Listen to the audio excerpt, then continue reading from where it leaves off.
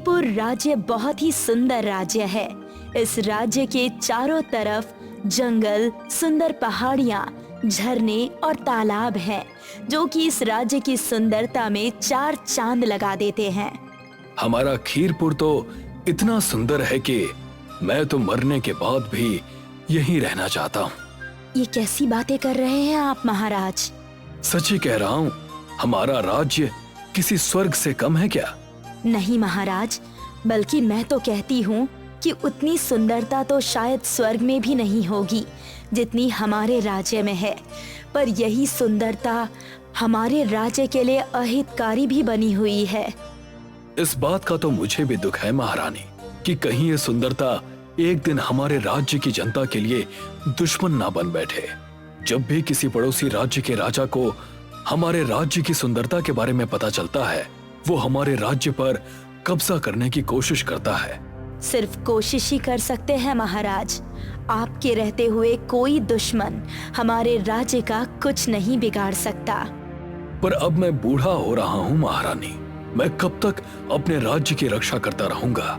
अब मुझे राजगद्दी के लिए कोई उत्तराधिकारी चाहिए। राजा की इस बात से रानी की आंखों में आंसू आ गए थे, क्योंकि वो इस राज्य को इसका उत्तराधिकारी नहीं दे पाई थी। राजा तो वैसे बहुत बहादुर था, पर अब उसकी उम्र दिन प्रतिदिन बढ़ती जा रही थी। अब आपको दूसरा विवाह कर लेना चाहिए महाराज। यही राज्य के हित के लिए आवश्यक है। मुझे माफ कर दीजिएगा, मैं आपको और इस राजघराने को इसका वारिस नहीं दे पाई। इतना कहते हुए रानी की आंखों से आंसू टपक पड़े। आप अपने ये अनमोल आंसू मत बहाइए महारानी। आप हमें वारिस नहीं दे पाई, इसमें आपकी कोई गलती नहीं है। ये तो ऊपर वाले की मर्जी है कि वो कब किसके घर में खुशियां दे और कब किसकी खुशियां छीन ले। ठीक कहा महाराज आपने, पर अब हमें और देर नहीं करनी चाहिए। मैं जल्द ही आपके दूसरे विवाह की तैयारी करती हूँ। अब पूरे राज्य में खुशियाँ छा जाती है, क्योंकि राजा का दूसरा विवाह हो रहा था। महल के साथ साथ पूरे राज्य को भी दुल्हन की तरह सजाया जाता है और बड़े ही धूमधाम से राजा की दूसरी शादी होती है। हे ईश्वर, मुझे पूरी उम्मीद है कि इस बार मुझे अपने राज्य के लिए उत्तराधिकारी मिल जाएगा। देखते ही देखते राजा की दूसरी शादी को भी 2 साल से ज्यादा समय बीत जाता है, पर दूसरी पत्नी से भी राजा को कोई संतान नहीं होती। लगता है कि मैं खुद ही अभागा हूँ, इसीलिए भगवान भी मुझ पर अपनी दया नहीं दिखा रहे हैं। नहीं महाराज, ऐसी बात नहीं है। आपकी दूसरी शादी से भी आपको संतान नहीं हुई। मुझे उम्मीद है कि जल्द ही वो खास आदमी हम सबके सामने आ जाए, क्योंकि अब तो मेरा शरीर भी धीरे धीरे मेरा साथ छोड़ रहा है। राजा जोर से खांसने लगता है। आप ठीक तो है ना महाराज? हाँ, मैं ठीक हूँ, बस थोड़ा मन दुखी है।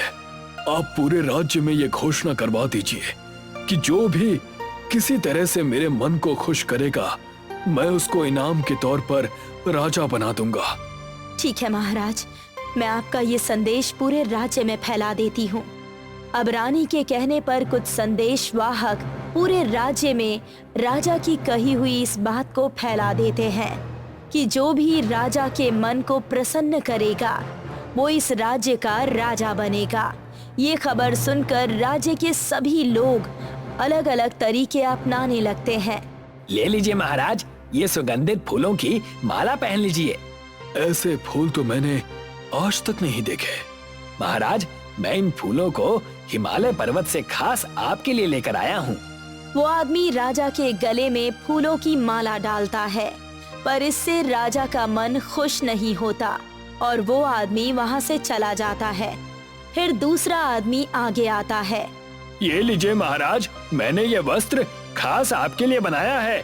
सर्दियों में भी आपको गर्मी का एहसास देगा। वो आदमी राजा को कोट देता है, पर राजा उसके कोट से भी खुश नहीं होता और वो आदमी वहाँ से चला जाता है। और फिर तीसरा आदमी राजा के पास आता है, जिसके हाथ में एक बहुत बड़ा घड़ा है। वो उस घड़े को राजा के सामने रखता है। ये लीजिए महाराज, मेरी तरफ से ये एक छोटी सी भेंट स्वीकार कीजिए। राजा उस घड़े के पास आता है। क्या है इस घड़े में, आप खुद ही देख लीजिए महाराज। राजा अपने हाथ घड़े के अंदर डालता है और उसमें से सोने चांदी के सिक्के और कुछ कीमती उपहार निकालता है।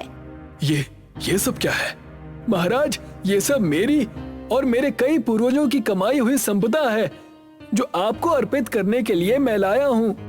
मैंने तो ऐसे किसी धन की अपेक्षा नहीं की थी और ये सब तुम्हारी मेहनत की कमाई है। मैं ये सब हरगिज स्वीकार नहीं कर सकता। ले जाओ इसे। वो आदमी अपना घड़ा उठाकर वहाँ से वापस चला जाता है। इस तरह से और भी कई लोग आते हैं और राजा को खुश करने की कोशिश करते हैं, पर राजा खुश नहीं होता है। मुझे लगता है कि अब मैं कभी भी खुश नहीं होऊंगा। तभी एक बावर्ची राजा के दरबार में आता है। नहीं महाराज, ऐसी बात नहीं है, मैं आपको खुश करूंगा। अब तुम क्या लेकर आए हो मुझे खुश करने के लिए? मैं कुछ लेकर नहीं आया हूँ महाराज, बल्कि मैं तो आपको अपने साथ ले जाने के लिए आया हूँ। आप मेरा निमंत्रण स्वीकार करें और कृपा करके मेरे साथ चलें। कहाँ ले जाना चाहते हो मुझे? मैं आपको अपने घर ले जाना चाहता हूँ महाराज। पर क्यों? ऐसा क्या है जो तुम यहाँ पर पेश नहीं कर सकते? जो मैं आपके सामने पेश करना चाहता हूँ उसको मैं यहाँ पर भी लेकर आ सकता था, पर उसको ग्रहण करने के लिए अगर आप खुद मेरे घर पर आएंगे तो मुझे बहुत खुशी होगी महाराज। और वैसे भी वो चीज यहाँ लाने पर ठंडी और स्वादहीन हो सकती थी। अच्छा, तो ये बात है। ठीक है, मैं तुम्हारे साथ चलने के लिए तैयार हूँ। वो बावर्ची राजा को अपने साथ अपने घर ले जाता है, जहाँ उसने कई तरह के स्वादिष्ट पकवान बनाकर रखे हैं, जिसमें से स्वादिष्ट पकवानों की खुशबू आ रही होती है। और वो एक एक करके सभी पकवान राजा के सामने परोसता है। ये लीजिए महाराज और खाइए। ये सब मैंने अपने हाथों से बनाया है। मैंने सुना है कि इंसान के दिल का रास्ता उसके मुंह और पेट से होकर जाता है। राजा को भूख लगी थी, इसलिए वो बड़े ही चाव से पकवान खाने लगता है। आज तक राजा ने कभी भी इतना स्वादिष्ट भोजन नहीं किया था। राजा को उस बावर्ची के हाथ का बना हुआ खाना सचमुच बहुत पसंद आता है और राजा ये खाना खाकर मन से खुश हो जाता है। तुमने आज मुझे पूरे मन से प्रसन्न कर दिया है, इसीलिए मैं तुम्हें खीरपुर का राजा घोषित करता हूँ। ये मेरा सौभाग्य है महाराज, आपका बहुत बहुत धन्यवाद। अच्छा सुनो। जी महाराज, कहिए। राजा बनने के बाद भी मुझे ऐसा ही स्वादिष्ट भोजन खिलाओगे क्या?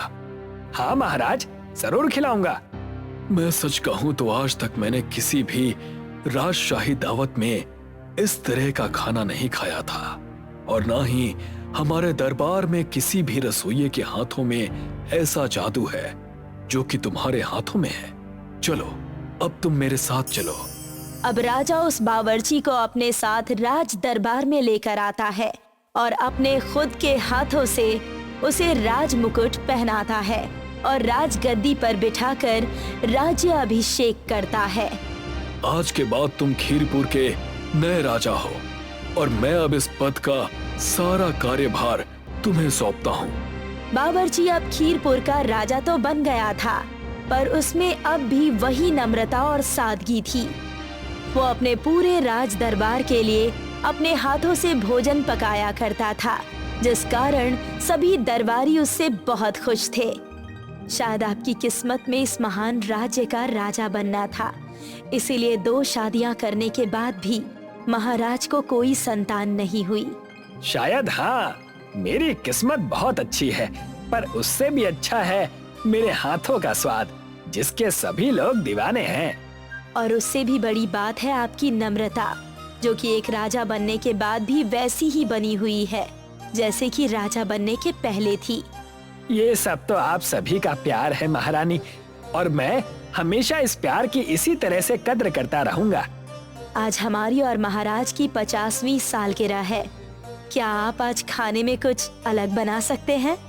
हाँ हाँ, क्यों नहीं महारानी।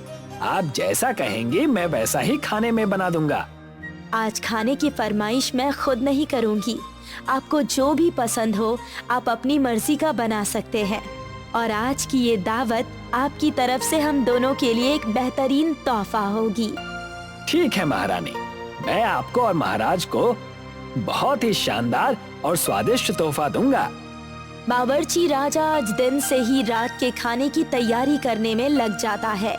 वो पूरी मेहनत और लगन से खाना बनाता है और रात होने से पहले ही वो सारा खाना बनाकर तैयार कर देता है और दरबार में जाकर सभी को दावत के लिए आमंत्रित करता है। दावत की सभी तैयारियां हो चुकी हैं। आप सभी आइए और दावत का लुत्फ उठाइए।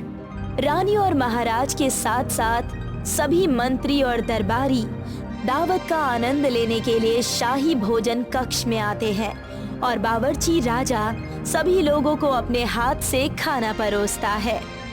आपकी ये दावत तो मैं जिंदगी भर नहीं भूल पाऊंगी। मैंने आज तक कभी भी ऐसा उपहार नहीं पाया है। ये तो मेरा सौभाग्य है महारानी कि जो मुझे आप दोनों को उपहार देने का मौका मिल रहा है। रानी और महाराज के साथ साथ सभी दरबारी भी पेट भर कर खाना खाते हैं।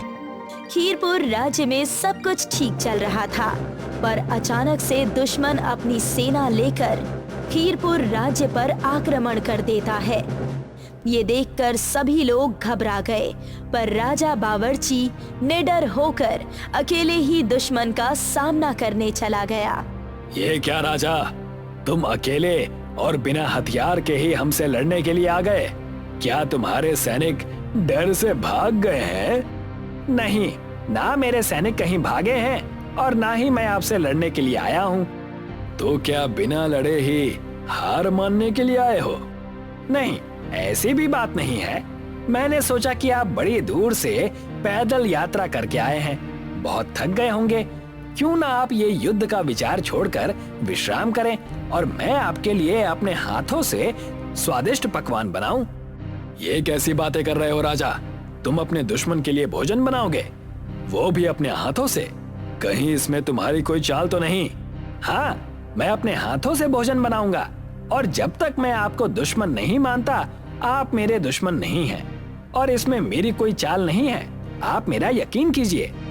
दुश्मन राजा सचमुच दूर से आने की वजह से भूखा और प्यासा था, इसलिए वो अपनी पूरी सेना लेकर राजा बावर्ची के साथ उनके महल में आ जाता है, जहां राजा बावर्ची अपने हाथों से सभी के लिए स्वादिष्ट भोजन बनाते हैं।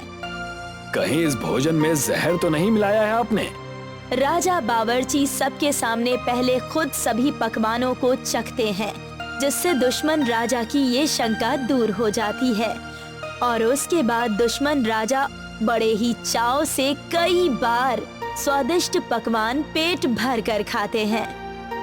हमें आपके हाथ का बना भोजन बहुत पसंद आया महाराज, और आपकी ये सेवा देखकर मैंने युद्ध का विचार छोड़ दिया है और आपसे दोस्ती करने का फैसला लिया है। इस तरह से अपने भोजन बनाने के हुनर और अपनी सादगी और बुद्धिमत्ता की वजह से राजा बावर्ची ने कई युद्धों को रोककर अपने दुश्मनों को भी अपना दोस्त बना लिया, जिससे वो पूरी दुनिया में बावर्ची राजा के नाम से प्रसिद्ध हो गया। राजा राम सिंह का एक बेटा और एक बेटी थी। बेटी बचपन से ही कुबड़ी थी, इसलिए राजा उसे बेटे से कम प्यार करता था। मुझे तो लगता है इसका कुबड़ कभी खत्म नहीं होगा। हाँ महाराज, मैंने कई वैद्यों को दिखाया, पर सभी का कहना है कि इसका कोई इलाज नहीं है। तो मुझे ऐसी बेटी नहीं चाहिए जो कि अपाहिज हो।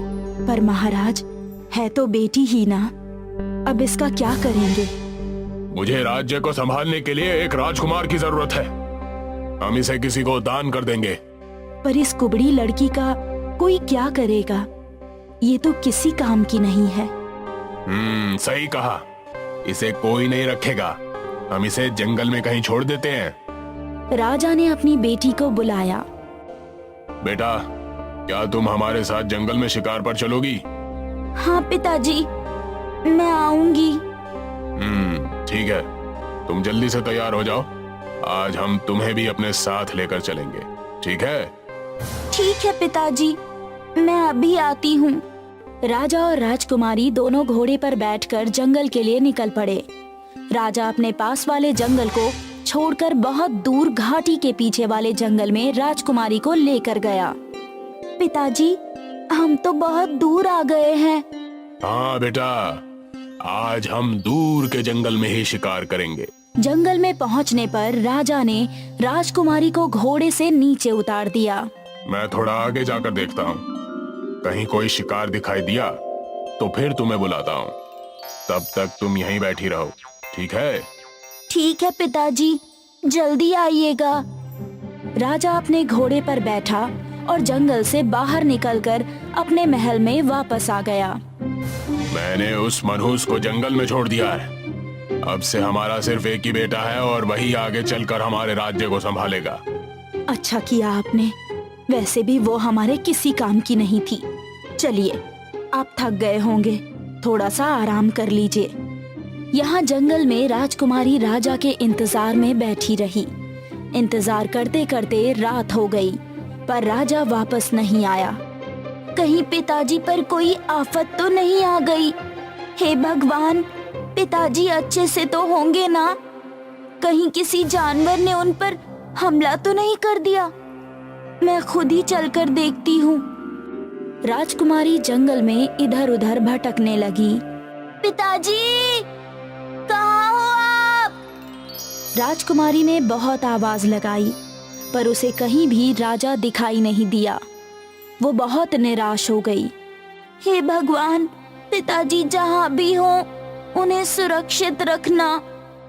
राजकुमारी दिन भर से भूखी थी और भटक भटक कर थक गई थी और उसे बहुत जोर से नींद भी आ रही थी, इसलिए वो एक पेड़ के नीचे जाकर सो गई।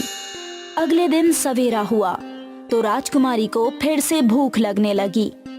हे भगवान, कहीं कोई फल मिल जाए, बहुत भूख लगी है। राजकुमारी जंगल में अंदर की तरफ चली गई, जहां उसे फल के पेड़ दिखाई दिए। राजकुमारी ने उनसे फल तोड़े और अपनी भूख मिटा ली। दिन भर राजकुमारी राजा को जंगल में ढूंढती रही, पर उसे राजा नहीं मिला। लगता है पिताजी अब वापस नहीं आएंगे। अब मुझे इसी जंगल में रहना पड़ेगा। राजकुमारी ने जंगल में ही रहना शुरू कर दिया। अब वो धीरे धीरे जंगल को ही अपना घर समझने लगी।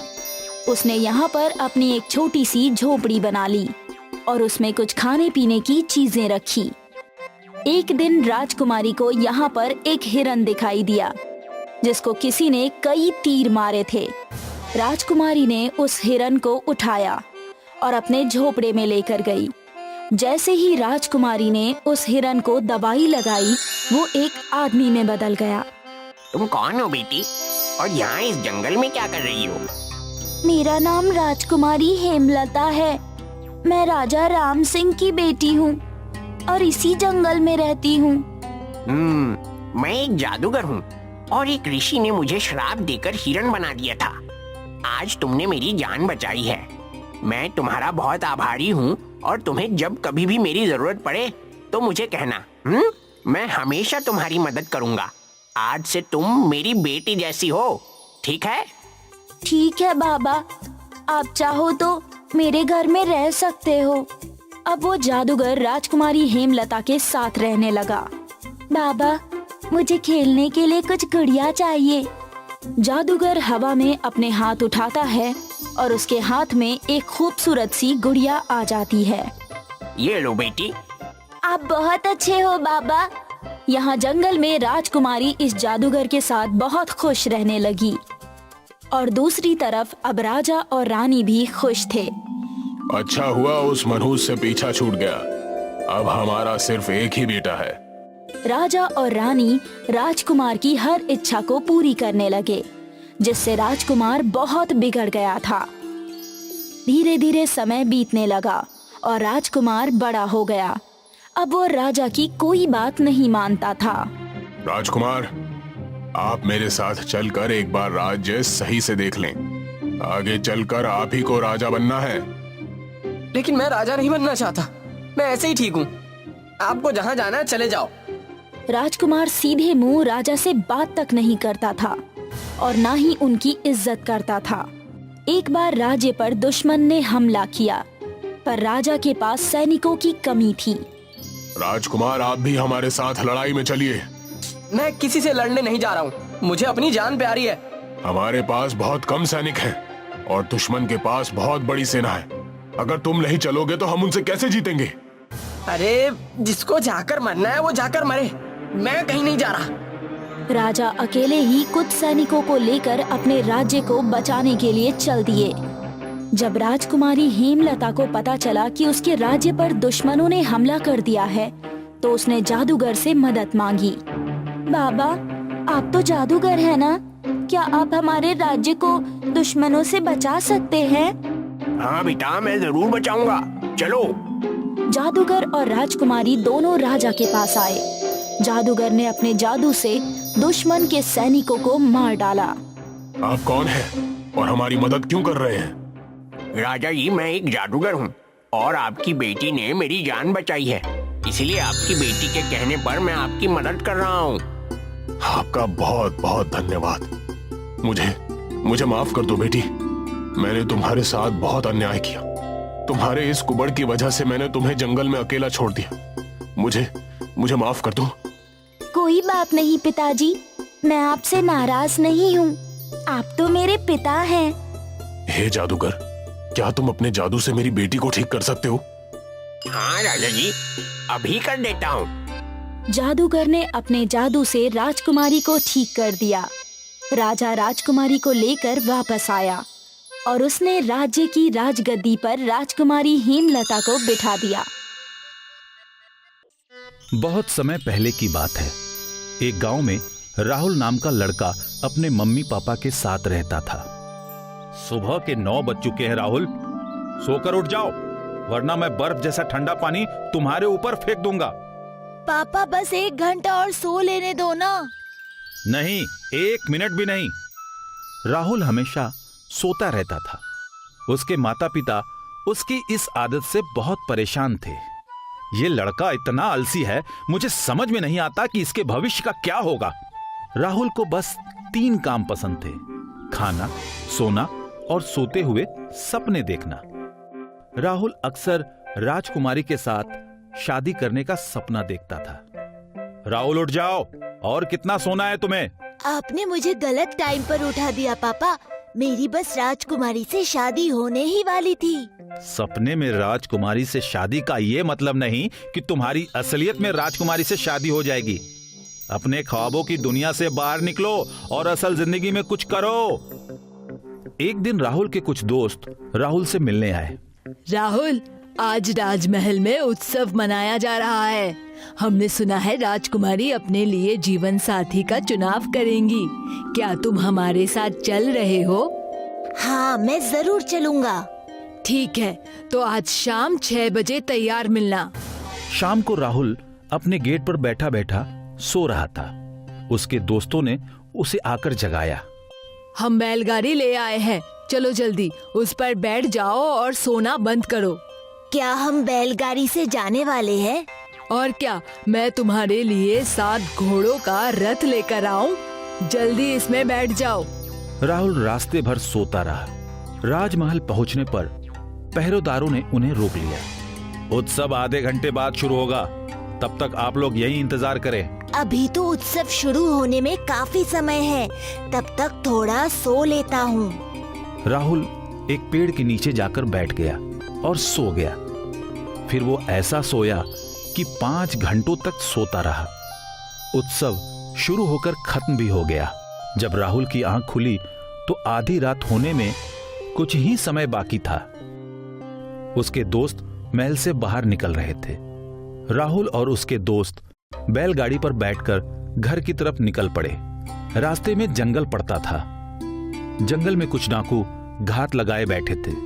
वे अचानक बंदूक लेकर बैलगाड़ी के सामने आ गए। तुम लोगों के पास जो भी कुछ हो सब चुपचाप हमारे हवाले कर दो। राहुल उस समय भी सो रहा था। उसके ऊपर डाकुओं की कोई बात का असर नहीं हुआ। राहुल के बाकी दोस्त डर गए और उन्होंने अपने सारे पैसे डाकुओं को दे दिए। ये लड़का कौन है?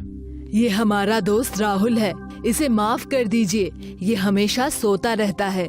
इसकी इतनी हिम्मत कि मेरे सामने आने पर भी सो रहा है। तुम इसे यहीं छोड़ जाओ, मैं इसे ऐसा सबक सिखाऊंगा कि ये हमेशा के लिए सोना भूल जाएगा। इसे इस घने पेड़ से बांध दो और इसके कपड़े और जूते निकाल दो। कल ये जब खुद को ऐसी नग्न अवस्था में पाएगा तो सोना भूल जाएगा। चोर राहुल को एक पेड़ से बांधकर चले गए। सुबह जब राहुल की आंख खुली तो उसने खुद को बिना कपड़ों और जूतों के पेड़ से बंधा हुआ पाया। और कोई है क्या? कोई मेरी आवाज सुन रहा है? मुझे यहाँ से आजाद करो। मेरे कपड़े कहाँ गए? मुझे यहाँ किसने बांधा है? कोई है तो जवाब दो। घबराओ नहीं, कुछ डाकू तुम्हें यहाँ बांध कर चले गए हैं। तुम कौन बोल रहे हो? मैं यही पेड़ बोल रहा हूँ जिससे तुम्हें बांधा गया है। तुम्हारा मुंह, आँख, नाक किस तरफ है? ठीक तुम्हारे विपरीत दिशा में। क्या तुम मुझे आजाद कर सकते हो? हाँ, लेकिन एक शर्त पर। कौन सी शर्त? तुम हर समय सोते रहते हो, इसीलिए ही तुम आज इस मुसीबत में फंसे हो। अगर तुम सोने की आदत छोड़ दो तो मैं तुम्हें आजाद कर सकता हूँ। मैं ये आदत छोड़ दूंगा क्योंकि मैंने इसका अंजाम भुगत लिया है। अब तुम मुझे आजाद करो। पेड़ ने अपनी टहनियां झुकाईं और राहुल को आजाद कर दिया। तुम्हारा राज्य खतरे में है। दरअसल राजकुमारी ने जिस लड़के को अपना जीवन साथी चुना है वो लड़का उसी डाकू का बेटा है जिसने तुम्हें यहाँ बांधा था। डाकू और उसका बेटा राजा को मारकर राज्य को हड़पना चाहते हैं। तुम्हें तुरंत जाकर डाकू के लड़के के साथ राजकुमारी के विवाह को रोकना होगा। लेकिन मैं ये काम कैसे करूँगा? इस काम में मैं तुम्हारी मदद करूँगा। मैं इस जंगल का सबसे घना पेड़ हूँ। मेरी शाखाओं में 4 जोड़ी जादुई जूते छिपे हुए हैं। हर जूता एक अलग काम के लिए है। पहले तुम उन जूतों को ढूंढो, फिर मैं तुम्हें बताऊंगा कि कौन सा जूता क्या काम करता है। राहुल ने पेड़ की शाखाओं में छिपे जूतों को खूब मेहनत से ढूंढा। इतना काम तो मैं जिंदगी में पहली बार कर रहा हूँ। मैंने जूते ढूंढ लिए हैं। अब बताओ कौन सा जूता क्या काम करता है? पहले जोड़ी जूते लाल रंग के हैं। तुम इन्हें पहनोगे तो तुम्हारे हाथ में एक दूरबीन आ जाएगी। उस दूरबीन से तुम कितनी भी दूरी तक देख सकते हो। दूसरे जोड़ी जूते पीले रंग के हैं। इन जूतों को पहनते ही तुम्हारे पास किसी न किसी फल का पेड़ उगाएगा। उन फलों से तुम अपनी भूख मिटा सकते हो। तीसरी जोड़ी जूते काले रंग के हैं। उन्हें पहनते ही एक घोड़ा तुम्हारे पास आ जाएगा। उस घोड़े पर बैठकर तुम कहीं भी जा सकते हो। चौथे जोड़ी जूते सफेद रंग के हैं। उन जूतों को पहनते ही तुम्हारे पास एक सुंदर औरत आ जाएगी। ठीक है, मैं समझ गया मुझे क्या करना है। सबसे पहले कुछ फल खाकर अपनी भूख मिटाता हूँ। राहुल ने जैसे ही पीले जूते पहने उसके पास एक अमरूद का पेड़ उगाया। उसके ताजी और पके हुए अमरूद खाकर राहुल ने अपनी भूख मिटाई। फिर उसने लाल रंग के जूते पहने, जिन्हें पहनते ही उसके हाथ में एक दूरबीन आ गई। दूरबीन से राहुल ने सबसे पहले राजमहल का नजारा देखा। राजकुमारी डाकुओं के बेटे के साथ नाश्ता कर रही थी। उसके बाद राहुल ने डाकुओं को देखा जो राजमहल के पीछे वाले जंगल में छिपे हुए थे। एक बार बस मेरे बेटे की शादी राजकुमार से हो जाए, उसके बाद मेरा बेटा महल में अपनी पैठ बनाकर राजा की हत्या कर देगा और फिर सारा राज्य हमारा होगा। मुझे किसी भी तरह जल्द से जल्द राजा के पास पहुंचकर ये सब राजा को दिखाना होगा। राहुल ने अब काले रंग के जूते पहने उसके सामने एक घोड़ा आ गया। वह घोड़े पर सवार होकर महल की ओर निकल पड़ा। राजमहल पहुंचकर राहुल ने द्वारपालों से कहा, मैं राजा से मिलना चाहता हूँ। तुम अभी राजा से नहीं मिल सकते। कल रात उत्सव था। राजा बहुत थके हुए हैं और सो रहे हैं। तुम कुछ दिन बाद आना। मेरा राजा से मिलना बहुत जरूरी है। द्वारपालों ने राहुल की एक नहीं सुनी और उसे महल में एंट्री नहीं दी। अब मैं क्या करूं? तब राहुल को चौथे जोड़ी जूते यानी सफेद जूते याद आए। राहुल ने जल्दी से सफेद जूते पहने। तब एक सुंदर औरत पास में प्रकट हुई। तुम पहरेदारों के पास जाओ और उन्हें बातों में उलझाओ। जब सुंदर औरत ने पहरेदारों को बातों में लगा लिया तो राहुल चुपचाप महल के अंदर खिसक लिया। वो राजा के पास पहुंचा और उसने राजा को दूरबीन में सब कुछ दिखाया।